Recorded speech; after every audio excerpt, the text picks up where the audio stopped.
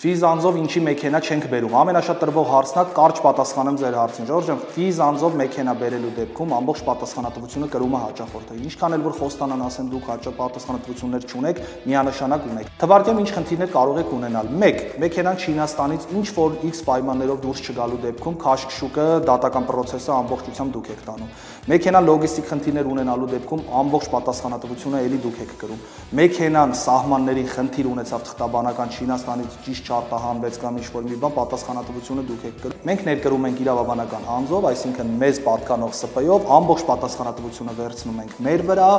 ամբողջ գումարը երբեք հաճախորդից չենք ուզում, ընդամենը 10% կանխավճար ենք ուզում, իսկ մնացածը մեքենայի վերջում, իսկ ֆիզ անձի դեպքում գիտեմ, որ 99% դեպքերում ամբողջ գումարը դուք եք փոխանցում Չինաստան ու ռիսկերը կրում եք դուք։ Ու այդ մեր բերած մեքենաներին մենք պլյուս տալիս ենք երաշխիք։ Այդ դեպքում էլ մի համեմատեք, ինչի ֆիզ անձով մեքենա չենք բերում։ Կարծում եմ պարզա, ինչի ֆիզ անձով մեքենաներ չենք ներկրում։ Համեցեք էլ դրայվ ապահով ձեր մեքենաները ստանալու համար։ Սպասում ենք բոլորիդ։